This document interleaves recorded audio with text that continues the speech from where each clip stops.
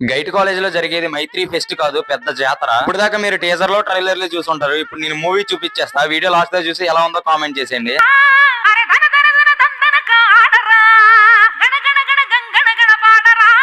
శివమెత్తి నువ్వు సత్తు వంత చూపరా